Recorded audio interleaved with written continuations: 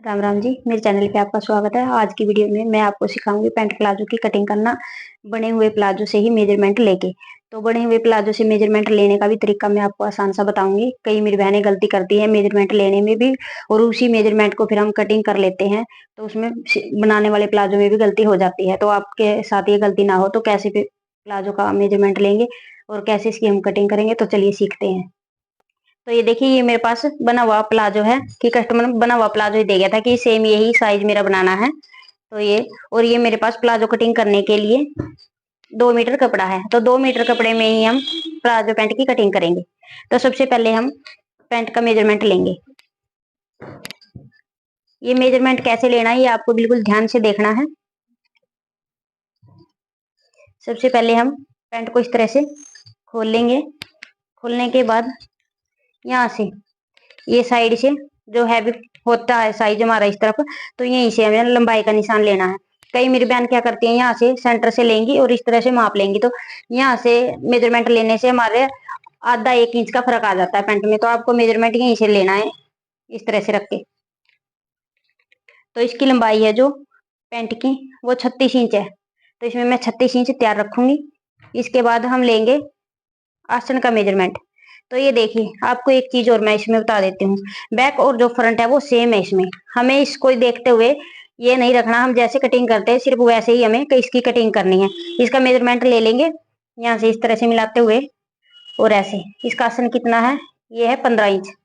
तो ये देखिए, 15 इंच ही आसन हम तैयार रखेंगे, फिर वो हम अपने हिसाब से रखेंगे। मैं आपको बताऊंगी कि कैसे हम रखेंगे। अब यहाँ से देखिए, इस प्लाजो में लगी है मैनी, तो इसमें मैं मैनी नहीं लगाऊंगी। तो यहाँ से मैनी के सेंटर से ही इस तरह से थाई को माप लेंगे, ऐसे। यहाँ से जो थाई की चौड़ाई है वो है 15 इंच की। आसन भी 15 है और थाई भी 15 है। इसके बाद हम मोरी को मापेंगे। तो मोरी इसकी 7.5 इंच की है। अब इसमें जो मैं पैंट बनाऊंगी इसी कस्टमर की, तो उसमें भी मैंने राउंड में इलास्टिक डालनी है। तो इसमें भी इलास्टिक है, इसको भी यहाँ से माप लेंगे कि इसी में कितनी इलास्टिक डालेंगे। तो ये 13.5 इंच है। तो अगर राउंड को मापेंगे तो ये आएगी 27 इंच। इस तरह से ये देखिए, अब मैं आपको दिखा दूं, जैसे कि ये है प्लाजो रेडीमेड। रेडीमेड में ये होता है, बैक और फ्रंट जो है वो सेम होता है। तो हमें इस तरह से नहीं रखना। अगर सेम ही रखेंगे तो यहाँ पे आसन में भी खिंचाव आएगा, और नीचे की तरफ से यहाँ पे देखो होगा आपको, कई प्लाजो में गिदरी पे यहाँ पे झोल सा बना रहता है, जैसे चुंगट सी बनी रहती है। तो वो चुंगट ना बने और मोरी ऊपर की तरफ ना आए, तो आपको ऐसे कटिंग करना जैसे मैं आपको बताऊंगी। तो कटिंग करने के लिए मैं कपड़े को बिछा लूंगी। सबसे पहले हम आगे वाला पार्ट कटिंग करेंगे।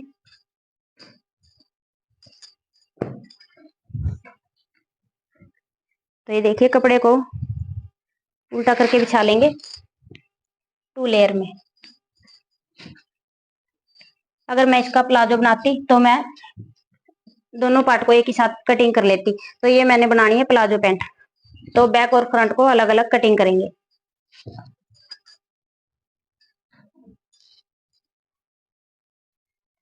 कपड़े को जब आप बिछाते हो, अगर प्लाजो बनाते हो तो आप बंद वाला हिस्सा अपनी तरफ रखें। अगर पैंट बनाते हो तो जो ओपन वाला हिस्सा होता है वो अपनी तरफ को रखें, इस तरह से। तो मैं कपड़े को अच्छे से सेट करके बिछा लेती हूँ। तो ये मैंने कपड़े को 2 तह में बिछा लिया इस तरह से, और जो ओपन वाला हिस्सा वो मेरी तरफ है और जो बंद वाला हिस्सा वो आपकी तरफ है, इस तरह से। अब यहाँ से पहले एक सीधी लाइन खींच लेंगे, जो भी ऊंचा नीचा उसको इक्वल कर लेंगे।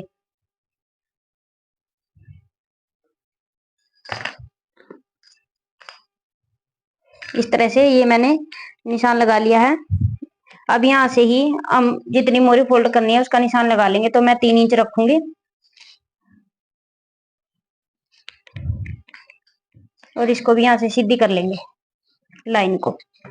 तो ये मैंने सीधी कर लिया। अभी से जितना ये मैंने मार्जिन रखा है, इससे हम लंबाई का निशान लगाएंगे।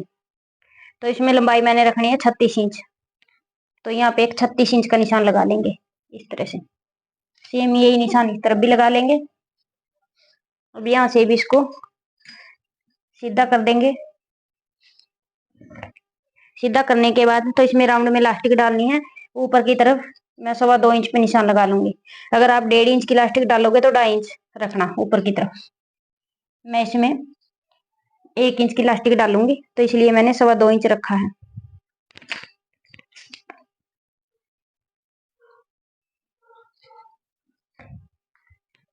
ये निशान लगाने के बाद उसके बाद हम लगाएंगे आसन का निशान। तो ये देखिए आसन था इसका 15, तो यहाँ से हम इस तरह ही नहीं रखेंगे कि 15 ही रखेंगे, क्योंकि हम इसमें बैक को उठा के कटिंग करेंगे। तो इसमें मैं रखूंगी 13.5 इंच।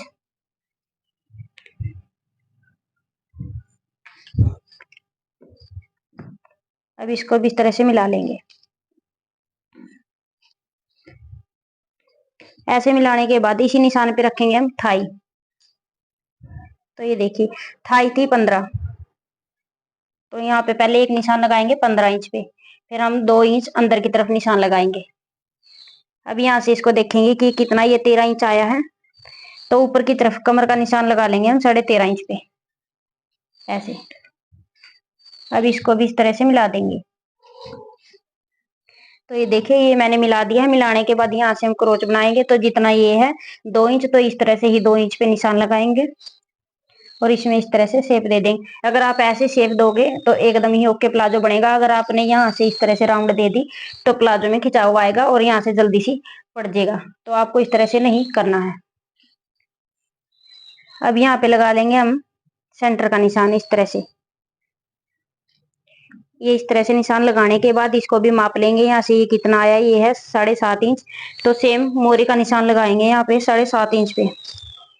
तो ये मैंने एक सेंटर का निशान लगा दिया 7.5 इंच पे। अब इसी निशान के दोनों साइड हम मोरी का निशान लगाएंगे। तो मोरी भी मैंने 7.5 इंच रखनी थी, तो यहाँ से हम इस तरह से सेंटर कर लेंगे मोरी का ऐसे।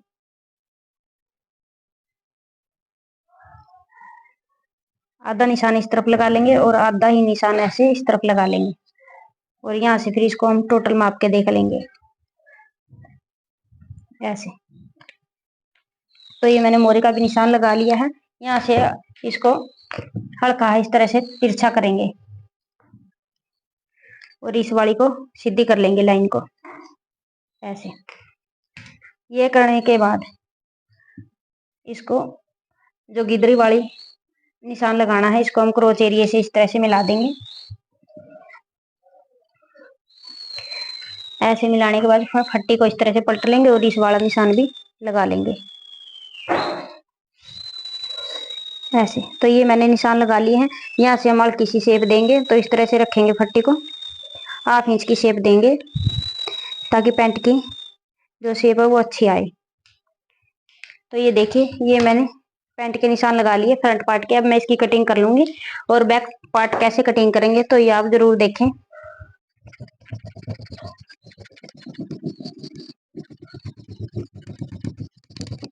तो ये मैंने आगे वाले पार्ट की कटिंग कर ली है। अब बैक पार्ट को कटिंग करेंगे। इसमें मैंने जितना था जो भी आया था, जैसे कि 15 इंच थाई थी, तो मैंने पूरा पूरा लिया है। अब जो इसका मार्जिन रखेंगे पैंट का, वो बैक वाले पार्ट में रखेंगे। तो ये मैंने कपड़े को बिछा लिया है। कपड़े को बिछाने के बाद अब हम आगे वाले हिस्से को इसके ऊपर सेट कर लेंगे इस तरह से। अब ये देखिए मैंने एक तरफ से ही कटिंग की थी, इस तरफ से मैंने कटिंग नहीं की थी, तो इसको हम अच्छे से किनारे से मिला के रखेंगे ऐसे।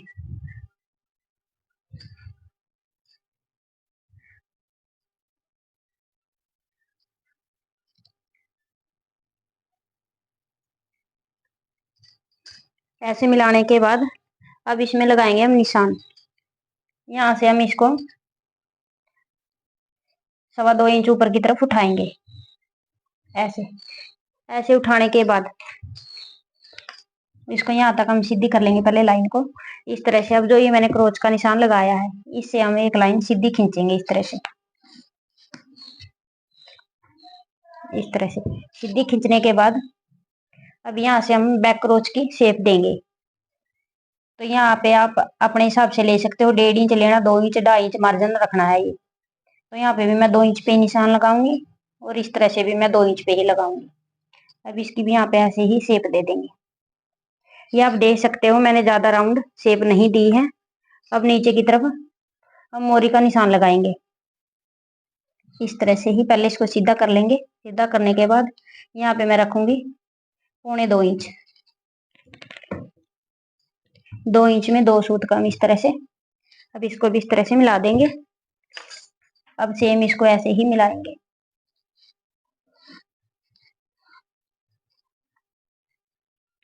ये मिलाने के बाद अब ऊपर की तरफ से ये देखिए इसको हम इस तरह से मिलाएंगे। जो ये हिप हिप की फट्टी होती है तो इससे ही हमें इस तरह से राउंड में मिलाना होता है। ऐसे आप ये ना करें कि यहाँ से निशान लगाए और इसको स्ट्रेट मिला दे। कई मेरी बहन तो इसको उठा के कटिंग ही नहीं करती है, जो कि पैंट में या प्लाजो में बहुत ज्यादा प्रॉब्लम आती है जब हम इसको उठा के कटिंग नहीं करते। क्योंकि ये उठा के कटिंग करेंगे तो हमारी पैंट भी नहीं उठेगी और आसन में खिंचाव भी नहीं आएगा, पैंट भी बहुत ही अच्छी बन के आएगी। इस तरह से अब ये मैंने निशान लगा लिए हैं, अब इसकी भी कटिंग कर लेंगे।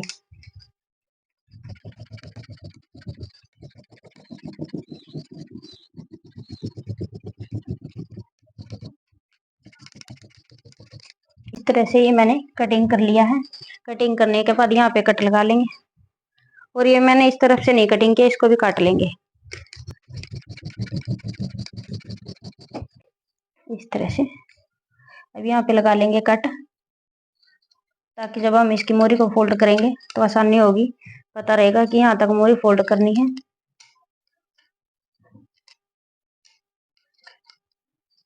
इस तरह से ये मैंने कट लगा लिया। यहाँ पे भी कट लगा लेते हैं, अगर दोनों पार्ट ही बराबर होते। तो बैक को उठा के कटिंग किया है तो इसमें मैं कट नहीं लगाऊंगी।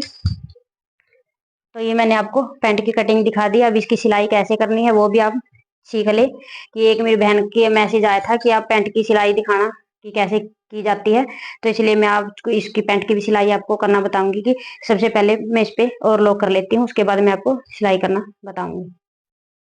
तो ये मैंने पैंट को ओवरलॉक कर ली है। ओवरलॉक करने के बाद और साथ में ही मैंने इसकी पॉकेट भी कटिंग कर ली थी। तो मैं आपको इसकी पॉकेट की चौड़ाई और लंबाई बता देती हूँ कि कितनी कटिंग की है। तो यहाँ से मैंने लंबाई इसकी रखी है 14 इंच की, और ऊपर से मैंने जो चौड़ाई रखी है वो रखी है 6.5 इंच की।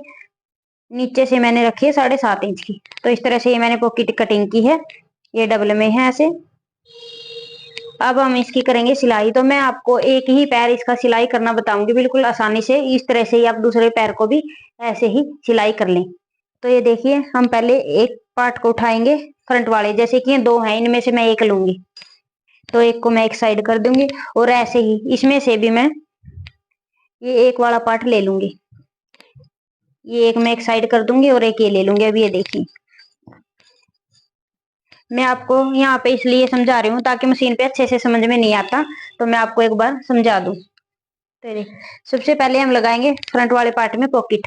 पॉकेट लगाने के बाद यहाँ से साइड वाली सिलाई लगा लेंगे। सिलाई लगाने के बाद मैं नीचे की तरफ से मोरी फोल्ड करूंगी। मोरी फोल्ड करने के बाद फिर हम बाद में ये सिलाई लगाएंगे। ये मान लो कि आप सबसे पहले हम एक ही पैर को तैयार करेंगे, उसके बाद हम दूसरे पैर को भी सेम ऐसे ही तैयार कर लेंगे। तो चलिए मशीन पे मैं आपको दिखाती हूँ कि पॉकेट कैसे लगानी है और कैसे हम सिलाई करेंगे। तो ये मैंने आगे वाला पार्ट ले लिया है। सबसे पहले हम इसको इस तरह से देखेंगे। जितना ये मैंने मार्जिन लिया ऊपर की तरफ इलास्टिक के लिए, इसको इस तरह से फोल्ड कर लेंगे। फोल्ड करने के बाद और यहाँ से भी इसको इस तरह से मोड़ देंगे। ये देख लेंगे कि हमारी इलास्टिक की सिलाई कहाँ तक आएगी ऐसे। फिर इस पे लगाएंगे हम निशान। ये निशान लगाने के बाद अब हम पॉकेट की सिलाई करेंगे। तो ये देखिए, ये पॉकेट में मैंने निशान लगा रखे हैं। यहाँ से मैंने 1 इंच छोड़ के एक कट ये लगाया है, और यहाँ से फिर मैंने 6 इंच की लंबाई ली है और एक कट ये लगा लिया है। अभी इस निशान तक हम ऊपर जो ये मैंने 1 इंच लिया था, इस कपड़े को ऊपर की तरफ छोड़ देंगे और यहाँ से इस तरह से एक पैर की सिलाई लगा लेंगे।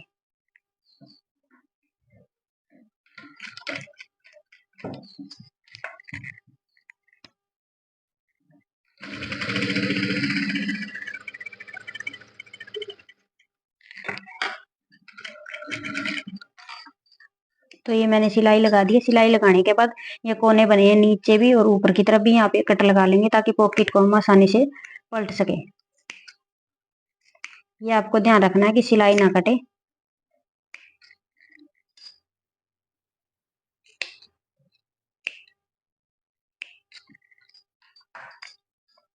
तो ये कट लगाने के बाद अब इसको हम उल्टी तरफ को पलट देंगे। ऐसे ऐसे पलटने के बाद यहीं से हम एक टॉप सिलाई लगाएंगे, किनारी वाली सिलाई।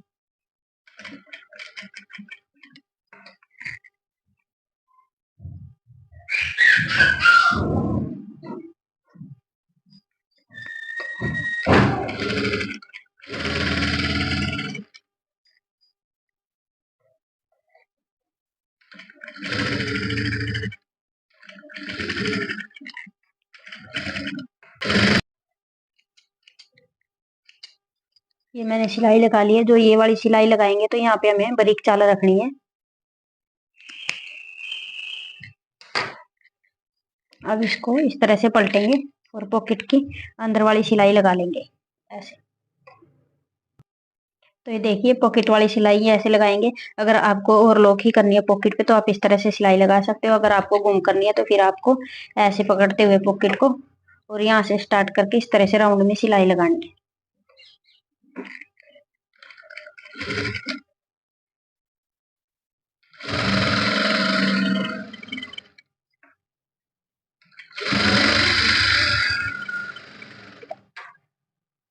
ये मैंने सिलाई लगा ली है। अब इसको हम इस तरह से सीधी कर लेंगे। तो ये मैंने सीधी कर ली है। सीधी करने के बाद अब इसकी ये वाली सिलाई लगाएंगे इस तरह से पॉकेट को अंदर की तरफ रखते हुए और यहाँ से किनारे वाली सिलाई लगा लेंगे ताकि पॉकेट बाहर की तरफ ना आए।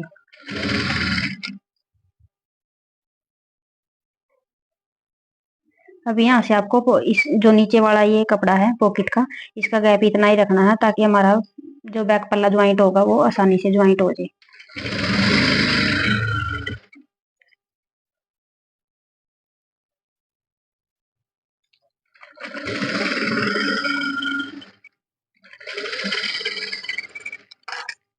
तो ये देखिए मैंने पॉकेट इसमें अटैच कर दी है इस तरह से। तो ये देख सकते हो।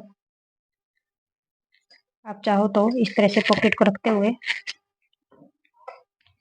ऐसे ही एक सीधी सिलाई और लगा सकते हो इसके ऊपर से।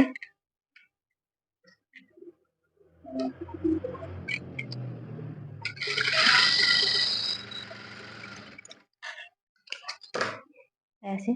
तो ये मैंने सिलाई लगा ली है। अब इसके ऊपर हम पीछे वाले पार्ट को जोड़ेंगे इस तरह से। तो इसको कैसे जोड़ना है ये देखें। कभी भी हम पैंट की सिलाई करते हैं या प्लाजो की तो हमें मोरी की तरफ से ही ये सिलाई लगानी होती है। ऊपर से हम सिलाई को नहीं लगाएंगे।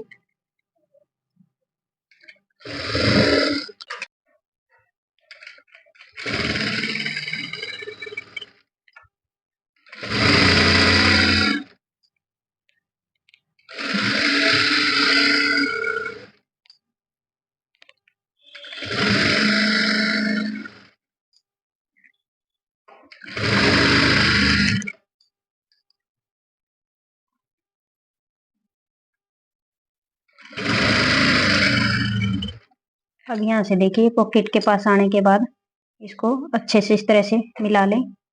मिलाने के बाद यहाँ से आपको चेक कर लेना है ताकि हमें जो ये पॉकेट वाली सिलाई लगाई थी वो ओपन रखा पॉकेट का वो ना यहाँ से सिलाई में आए। तो इसको देखते हुए सिलाई लगा लें।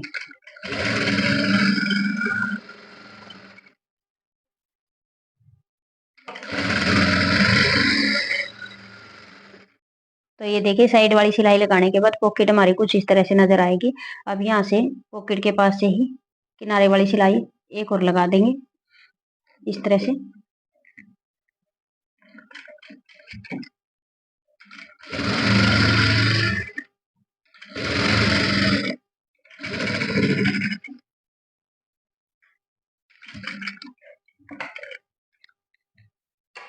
तो ये सिलाई लगाने के बाद अब इसकी मोरी को फोल्ड करेंगे। तो ये देखिए इस तरह से यहाँ पे जो ये साइड वाली सिलाई लगाई थी इसको इस तरह से चीर देंगे और ये मैंने कट के निशान लगा रखे हैं। आप भी पहले कट के निशान लगा लें ताकि यहाँ से फोल्ड करने में आसानी हो इस तरह से। और इसको ऐसे मोड़ लेंगे। अब इसके ऊपर से हम एक किनारे वाली ही सिलाई लगाएंगे। अगर आपको तुरपाई करनी है तो आप यहाँ पे कच्ची सिलाई लगा लें।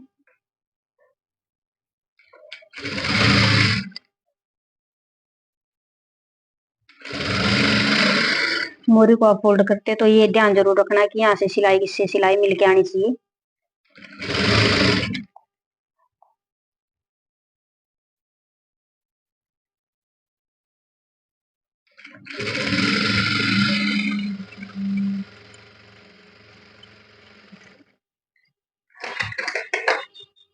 तो इस तरह से ये मैंने मोरी को भी फोल्ड कर लिया है।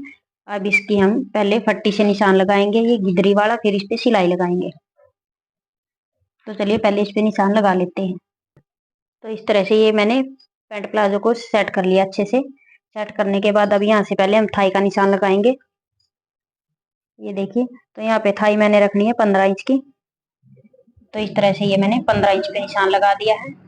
अब एक निशान लगाएंगे मोरी का। मोरी मैंने 7.5 इंच रखनी है, तो यहाँ से 7.5 इंच का एक निशान लगा देंगे। अब इन निशानों को इस तरह से मिलाएंगे।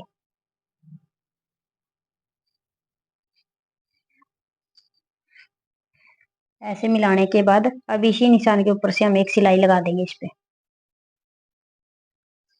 यहाँ से पहले मोरी पे हम सिलाई को पक्की कर लेंगे।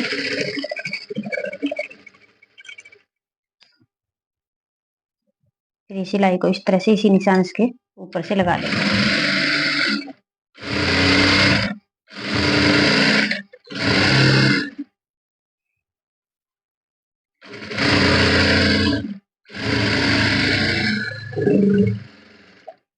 ये इस तरह से मैंने सिलाई लगा लिया। तो यहाँ पे देखिए आसन है जो छोटा बड़ा हो गया, तो यहाँ पे आपको घबराने की जरूरत नहीं है, क्योंकि आसन की स्टिचिंग करोगे तो तब ये दोनों इक्वल हो जाएंगे।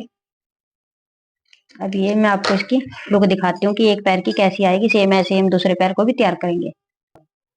तो ये देखिए, सीधी करने के बाद इस पैंट की इस तरह से लुक आएगी। ये देखो, तो ये यहाँ पे पॉकेट है, तो आप चाहो तो दोनों तरफ ही लगा सकते हो। मैंने एक ही तरफ लगानी है पॉकेट। और इस तरह से अगर आप प्लाजो की स्टिचिंग करोगे, प्रॉपर रेडीमेड लुक आएगी इसकी। जैसे हम रेडीमेड प्लाजो लेते हैं, प्लाजो पैंट, तो सेम उसी जैसी ये सिलाई है जो मैं आपको बता रही हूँ। तो इस तरह से ही मैं ये दूसरी पैर को भी इस तरह से ही तैयार कर लेती हूँ। फिर मैं आपको आसन कैसे जोड़ना वो बताऊंगी।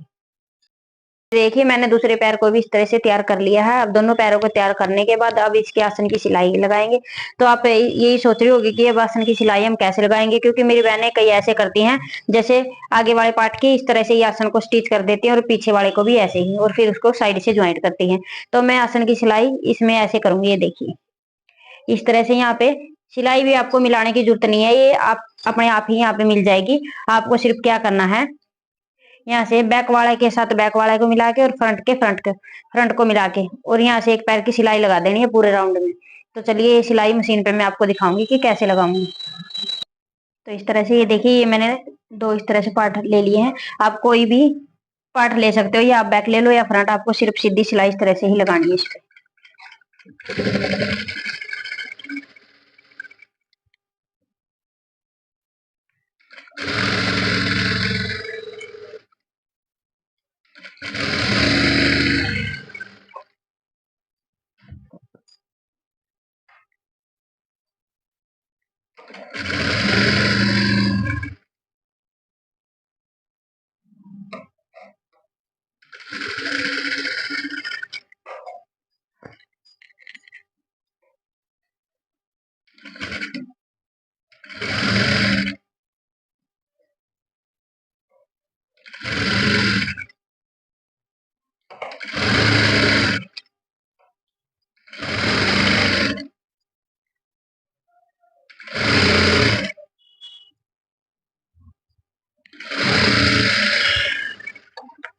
तो ये मैंने सिलाई लगा ली है। सिलाई लगाने के बाद मैं आपको प्लाजो की लुक दिखाती हूँ। तो ये देखिए, मैंने यहाँ पे आसन की सिलाई लगा दी है। आसन की सिलाई लगाने के बाद कुछ इस तरह से ये नजर आएगा। आप नीचे से भी देख सकते हो, यहाँ पे आसन का जो ज्वाइंट है वो मैंने मिला दिया है। आपको भी ऐसा ही करना है। और इसमें ये देखिए, फ्रंट में ही है और बैक में ही है, जिस तरह से मैंने इसकी स्टिचिंग की है। और ये यहाँ पे ना कई बार क्या होता है, जैसे कि मैंने तो यहाँ से बैक ही उठा के कटिंग किया था, तो यहाँ पे साइड में भी कपड़ा एक्स्ट्रा निकला है। एक ही तरफ है, एक तरफ कपड़ा नहीं है, और एक तरफ अगर आपका भी ऐसे ही निकल जाए, तो इसको यहाँ से लेते हुए इस तरह से राउंड से इसको कटिंग कर देना है। इसमें कोई भी घबराने वाली बात नहीं है। बस आपको ये नहीं करना है कि यहाँ पे कपड़ा बचा है तो उसको साथ में फोल्ड कर दे, यहाँ से कटिंग कर दे उसको गुड़ाई में इस तरह से। तो ये आपने देख लिया है, जैसे कि रेडीमेड प्लाजो होते हैं, प्लाजो पैंट, तो उस तरह से ही सेम मैंने इसकी सिलाई करना आपको बताया है।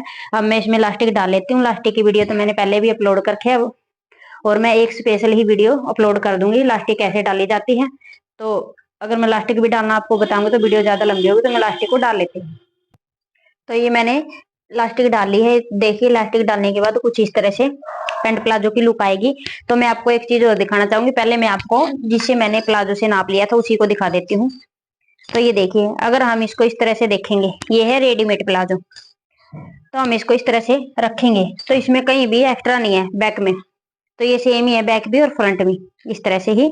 और ये देखिए जो मैंने बनाया है वो फ्रंट छोटा है और बैक बड़ा है। तो इस तरह से आपको पैंट प्लाजो की या पैंट की ट्राउजर की तो सिलाई ऐसे ही करनी है और कटिंग भी ऐसे ही करनी है। मेथड सेम रहेगा, बस मेजरमेंट का आपका हिसाब रहेगा कि आपको क्या मेजरमेंट रखना है।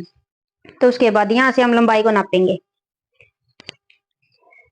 तो ये देखिए मैंने इसमें 36 इंच रखी थी, तो 36 इंच मैंने लंबाई तैयार रखी है इसमें, जैसे कि आपको बताया था।